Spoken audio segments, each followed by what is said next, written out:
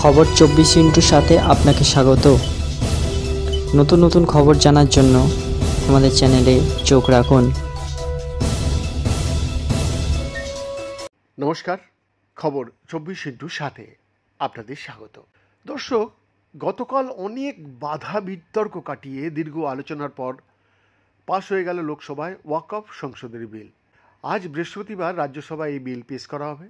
সেখানেও বিল পাশ হয়ে গেলে আইন সংশোধনে আর কোনো বাধা থাকবে না। আর এই ওয়াকফ বিল নিয়ে এত হইচই, বিরোধীদের আপত্তি ঠিক কোন জায়গায়? আইনে সংশোধন হলে ওয়াকফের কোন নোক দাঁত খসে যাবে?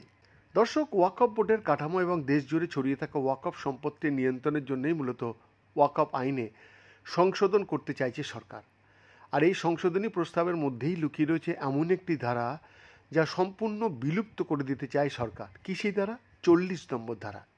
বুধবারের লোকসভায় আলোচনা বারবার উঠে এসেছিল ওয়াকফ আইনের এই 40 নম্বর ধারার কথা। এমনকি তৃণমূল কংগ্রেসের সাংসদ কল্যাণ বন্দ্যোপাধ্যায় বলেন, যদি 40 নম্বর ধারা বাদ দেওয়া হয় তবে ওয়াকফ বোর্ড দাঁতহীন পুতুলে পরিণত হবে। যদি এই ধারা না থাকে তবে ওয়াকফ বোর্ডের প্রয়োজনীয়তাই থাকবে না। কি এমন বলা রয়েছে ওয়াকফ আইনের 40 ধারায় যা ওয়াকফ বোর্ডের অস্তিত্বকেই প্রশ্নের মুখে ফেলেছে? ওয়াকফ আইনের 40 নম্বর ধারায় ওয়াকফ সম্পত্তি নির্ধারণের ক্ষমতা নিয়েই আলোচনা করা হয়েছে। কোনো সম্পত্তি ওয়াকফের কিনা তা নির্ণয় করার ক্ষমতা আইনের এই ধারা। এই ধারায় বলা ছিল, কোনো জমি বা সম্পত্তি ওয়াকফের কিনা তা একমাত্র ওয়াকফ বোর্ডই সিদ্ধান্ত নিতে পারবে। এই ধারার সাবসেকশন 1-এ বলা হয়েছে, যদি কোনো সম্পত্তি ওয়াকফের বলে মনে হয় তবে ওয়াকফ বোর্ড নিজে সেই সম্পত্তি সম্পর্কে তথ্য জোগাড় করতে পারবে এবং বোর্ডের সিদ্ধান্তই চূড়ান্ত হবে। 40-এর 2 ধারায় ওয়াকফ বোর্ডকে আইনি সুরক্ষা দেওয়া হয়েছে। আর এই ধারায় বলা হয়েছে, কোনো সম্পত্তি নিয়ে বোর্ডের সিদ্ধান্তই চূড়ান্ত হবে যদি না তা ওয়াকফ ট্রাইব্যুনাল প্রত্যাহার বা পরিবর্তিত করে।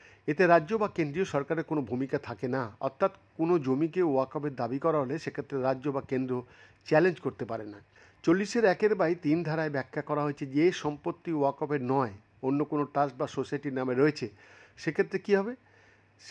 এইবার এই ধারায় বলা হয়েছে, যদি ওয়াকফ বোর্ড মনে করে সরকারের রেজিস্টার্ড অন্য কোনো সোসাইটি বা ট্রাস্টের জমি আসলে ওয়াকফের জমি, তবে বোর্ড সেই সম্পত্তির মালিকানা নিয়ে তদন্ত করতে পারবে।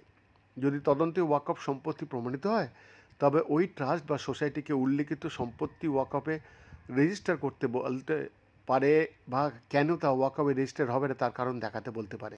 40-এর 1-4 ধারায় ওয়াকফ বোর্ডের সিদ্ধান্ত যে চূড়ান্ত সিদ্ধান্ত তাকে মান্যতা দেওয়া আছে।